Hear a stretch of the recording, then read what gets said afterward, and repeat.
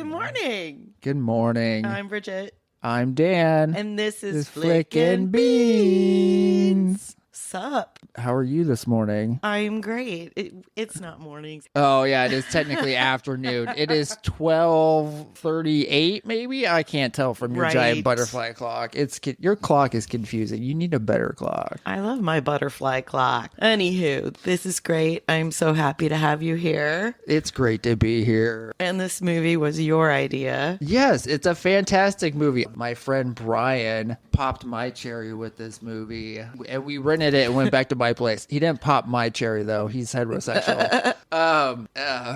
Sorry. Okay. Maybe we should say what the movie is. The movie is Almost Famous. The entire gist is a kid who follows a rock band, and he's a rock journalist, essentially, and he writes a story about him for Rolling Stone magazine. Right. And the thing that struck me about that is his mom is played by Frances McDormand. Yeah. He's brought up just like this little child genius. Pretty much. And they don't even tell him that he's skipped grades and that he's younger than everyone in his class. Not till he was what? 13? Or he was no, 11. He was 11 and everybody else was 13. I think it's amazing though, and what stuck out to me about that, I mean, it is a real person, but I'm amazed that anyone so young knows their passion at that age. Some people I've met are just like on the straight and narrow path for their life, and then the vast majority of people I've ever met are not on that path.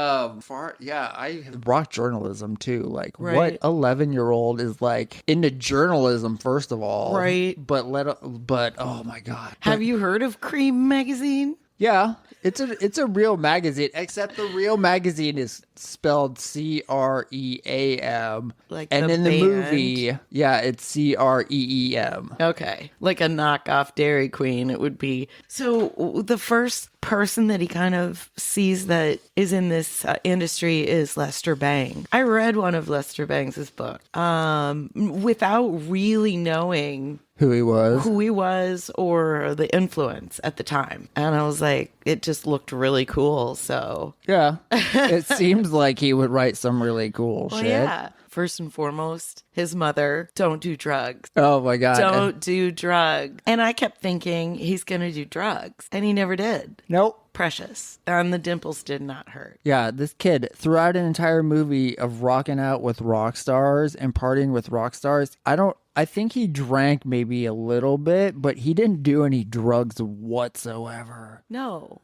And they're all doing drugs just like around him. And the only time he had sex was sort of that male rape situation. Yeah, he was deflowered by a couple Band-Aids / groupies. Yeah. That's a very rapey situation. It was. I'm like, Plus, it's in the bus and they're going past all the teenage girls from the high school running along the side of the road in all their matching little gym uniforms. And I'm just like, how come it's very not acceptable now? And to have sex with a high school girl as an adult, you're a pedophile. And somehow it's still ingrained in our society that teenage girls are the cutest. Yeah, it's creepy. But I'm not going to touch this with a 10-foot pole. It's terrible. I'm going to get into trouble no matter what I say. As a male, I cannot really touch this with a 10-foot pole, I feel. Other than the fact that teenage girls are not right for adult people. And same with teenage boys. No, say no. Well, we just got into this with the movie Risky Business. Yeah. Oh. Just a couple weeks ago. And it's like, this is illegal and it's not cool. But it used to be something that was kind of a big joke then. And well, I mean, yeah. The younger, the better. Yeah. But if you look at 80s movies in general, they're pretty rapey. Oh, yeah. Porgies. Well, how about 16 Candles? I'm 42, everybody. So I grew up in the age of American Pie. Looking back at American Pie, it's oh my God, like hindsight terrific. What like we thought was acceptable and okay. Well, it's like saying hormones are raging so hard that you want to stick your dick in anything gooey. Yeah, that's unfortunate.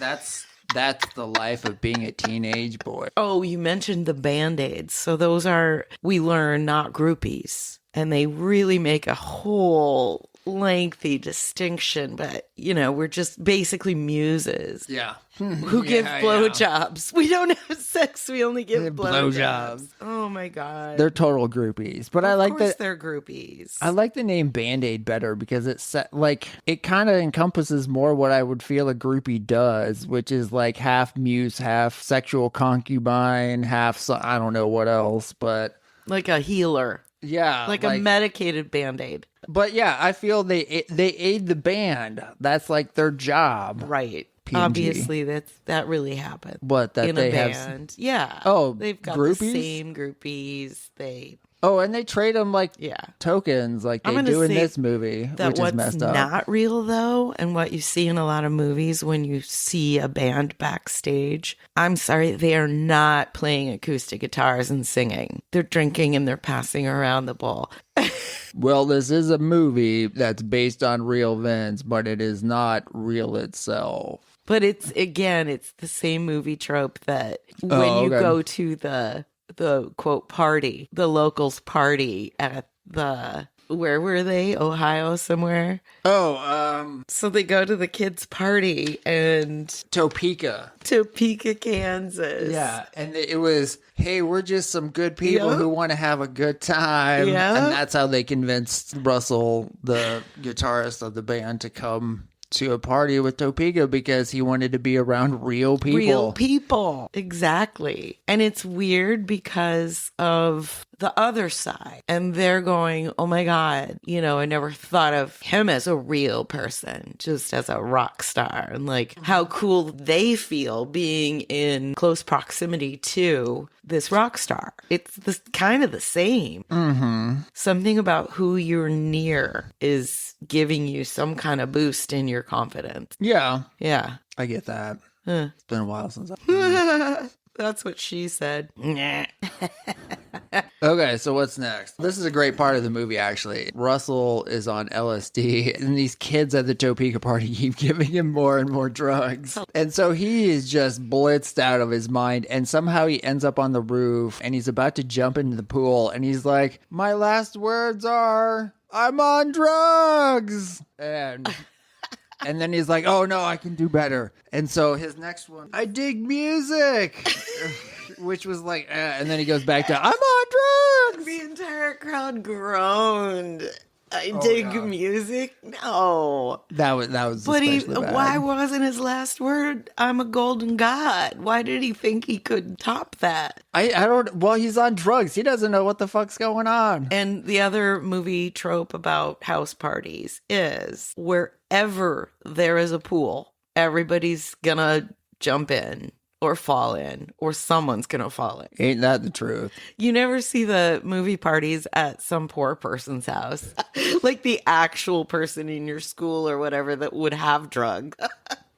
I don't know. I've been to some parties in Valley Junction that were like the drug dealer's house. So, I mean, I've been, yeah. Yeah. I have to throw this shade, I guess. Jason Lee. Oh, I love Jason Lee, but do not love Jason Lee. He's like my least favorite actor. Everything that he's been in, his character is exactly the same. I don't think he's a good actor. I think he's a good talker. Yeah. He is good at not stopping talking. But as far as acting, no, it's all the same. My Name is Earl was all right. Yeah, I liked that. I enjoyed that. Yeah. But he also didn't talk as fast or as much. Well, what about the Kevin Smith movies? That's what I'm thinking of. The Clerks and the Chasing Amy. Thank you. Mallrats. Yes, I hate them. Dogma? No, it's always the same to me. But he looks like a rock star when he's singing. He acts like a rock star. Hear what? What are you talking about? Penny. She's supposed to be 16. Oh, she is? I'm not sure. Because they get into this thing where he's saying, I'm 17, and she says, so am I, and he's, no, I'm really 16, and she says, so am I, and he says 15 actually, and then she stops. So I'm thinking she's 16, she's a runaway, most likely. Like, they don't get into her backstory. Really. Well, he learns her name, which means they've got something special more so than she and Russell had. She was really just a piece of arm candy or a muse. No, seriously, like, muses are the best. Like, they get your creativity. You paint and you draw more and you just create more, and it's all about just like the beauty and sorry, everybody. I'm my own muse. What? When his mom says, "Was I not fun?" I mean, what do you think about his upbringing? Do you think that she did him a favor, or that she actually hindered him by pushing him farther and more forward? And did she do the sister a disservice by not raising her the same way? Well, she did a disservice to not telling him how young he really was, like, in the beginning. That was a little messed up, I'll give you that. Why didn't she just homeschool him? I kind of got the feeling he kind of was. Like, the first part of his... That's a good point, since it was set in 1973. 73. Yeah, when all the good music was in There was the a 70s. lot of good music in the 70s. Amazing. And a lot of cocaine. Which would have been fun. And a lot of sex. God, the 70s, man. And leather fringe coats and like disco shirts and like bell-bottom pants. The 70s are where it's fashion. at. But God. Kate Hudson, she's such a teeny tiny little thing. She is. There was one point where she was wearing a crocheted crop top, just fell right under her boobs, and her little 6-pack waist. I couldn't handle it. It was basically a tube top that was crocheted. I wish I could wear something like that. Go for it. It was a cute little lacy lampshade. Torso is the lamp, but I don't think you could make her look ugly. I don't think that's possible. Kate Hudson, I like this movie. I've had a crush on Kate Hudson ever since. Oh, yeah. I mean, this is one of her most infamous characters, I feel. I mean, this is just a great movie in general. It's one of my favorites. Okay, so I looked this up on Google, and this is what AI, when it came to Penny's age, is... It's intentionally ambiguous, but dialogue suggests she's around 16 years old, though she claims to be older, while the character's real-life inspiration, Penny Lane, was in her late teens, early 20s during the 70s rock era, making her a young adult groupie. So, yeah, she was a teenager probably, which is She crazy. probably ran away. She probably just got kind of pretty. Yeah, they don't get into her backstory, really, but... When she overdoses and they're pumping her stomach, who were those people? That was the hotel doctor. Oh, gotcha. Because this was a day in the age when like big fancy hotels and like big cities had like physicians on staff for their customers in case something happened. Especially rock stars. Well, yeah, because I'll bet. Shit kind of happens probably pretty frequently. Because I'm thinking, oh my gosh, they're going at it and putting that tube down our throat like it's something they've done a lot of times before. Oh, yeah. I mean, yeah, I don't know. I can't recall what hotel it was, but I'm assuming it's probably well known for rock stars. Sure. At the time. So I would think, yeah, it's not their first rodeo, not their first pumping. How sad do you feel when he tells her the truth about Russell's poker bet, how he sold her for a case of beer? I think he just blurted it out. I think I would assume, based on what we already know about the character, and he's very kind, that he did not want to tell her that, but it's just the tension of the situation kept building and he blurts it out. Mm-hmm. And she just grumbles. Well, I also feel it's part jealousy too, because he's kind of been made throughout the movie to like not walk in on them having sex, but they're always like in the room having sex when he comes by to do his interview. And so he's kind of like forced to hear him do that, which is messed up. Right. I wrote down, is she helping him? Or is she hindering him? She's blowing him. That's what's really going on. No, I mean William. Oh, at first it's like she's his in, if you will. And then it's like, you really can't. No one is really your friend. Yeah. So at one point he thinks she's opening the door, but at the next point she has closed the door because she's in there, Mm-hmm. Russell. Well, she does that quite a few times throughout the movie. I like know. the whole deflowering is like her opening the door to some extent for him that to happen, and then she runs away to Russell's room, I think. Yeah. It felt like, too, when she was saying goodbye to him, maybe she's saying goodbye to the boy. Yeah. This is, now you're, yeah. whatever. So just to talk about, like, the idea of celebrity also. When Lester Bangs warns him from the get-go, they're not your friends. Don't expect them to be your friends. They will corrupt you because you're basically super innocent. Yeah, he is. I mean, this is a very big coming of age story it's based on Cameron Crowe's life. So would you want to be famous?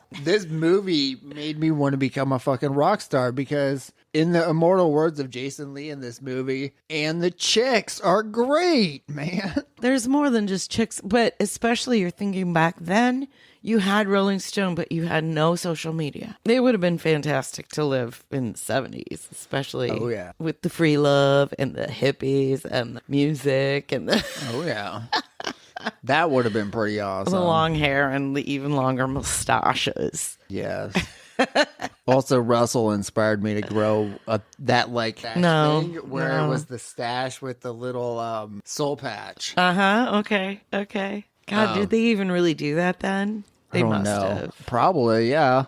Everybody had mustaches back in the 70s. The soul patch, though? Well, some people did. Huh. Okay. They're rock stars. They can get away with anything, looks-wise. At one point they get the new manager, and he's like, goodbye, bus, Doris. The bus, I love that. Get a plane, and then they almost die. Which, as soon as the pilot opens the door and walks back there, I'm like, what the fuck are you doing? Get behind the controls. Yeah. I guess there was a co-pilot, but still. I mean, you want both of them. He could have cracked his head open in that turbulence on the way back. You have a radio. There's an intercom system. Yeah.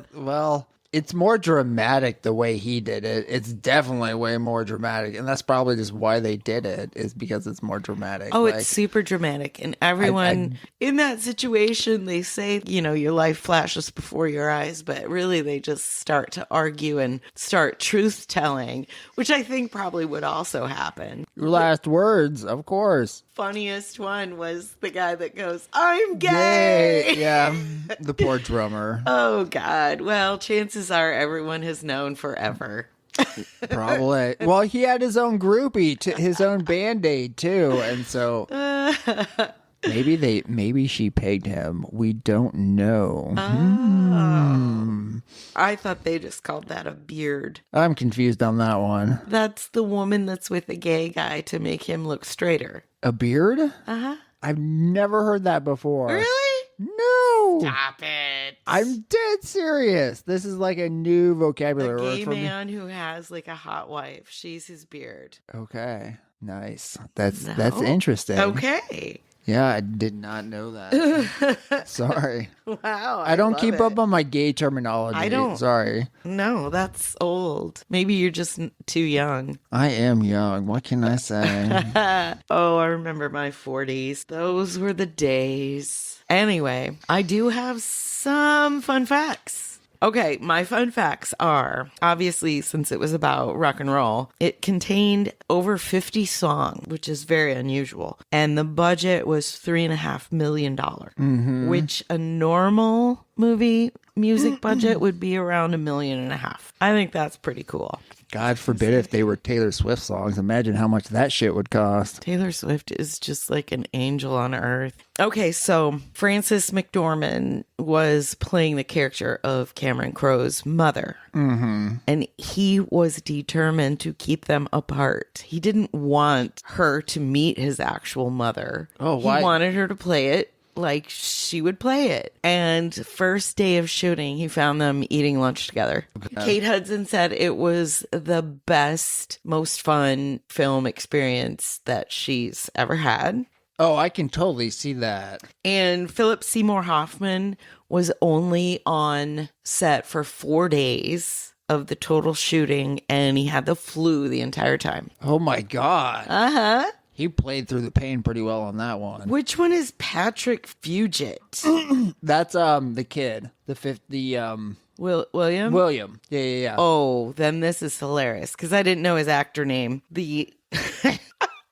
You're going to love this. In the bus, when they're all singing along to Tiny Dancer, his singing was so bad that they lowered and lowered and lowered his voice in the mix so you couldn't hear it. It described it as warbling.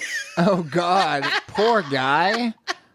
Poor kid. But yeah, and the fashion, the hairy coats, the everything. This is another fun fact I found out years later. Or I thought it was a fun fact because I used to watch the show NCIS, but I love that show. the rock DJ is played by Polly Perrette, which is I love her. Which is what's her name on NCIS, Abby on NCIS. Yes. Yeah, you like, and you can hear it in her voice if you're looking for it. Okay. But yeah, and if you look back in the movie, it's a young version of her. I mean, she is cute. She doesn't even have black hair in real life. She's a natural blonde. Huh, crazy. She has to dye it black for NCIS. She also got arrested for like abusing her husband. Oh, I love her. Like physical, like beating him kind of stuff. Well, he You're must like, have she's deserved getting it. Yeah, It must have been what he was wearing. God. You never hear about that shit. Surprisingly, it was in the news. No, I didn't hear about it, but I'm not saying it isn't true. I'm not saying it was like, I think I heard it on TMZ or something. Like, accidentally. I mean, listen, who else knows celebrities' business more than TMZ? Exactly. Who else doesn't give a shit if they're going to ruin someone's life but TMZ? I mean, it's probably coming straight from the police scanner. Pretty much. Yep. Or Anywho, TMZ. Anything else on this one? Not that I can think of. So did we do it? I think we did it. We flick some beats. Okay, love you. Bye. Bye.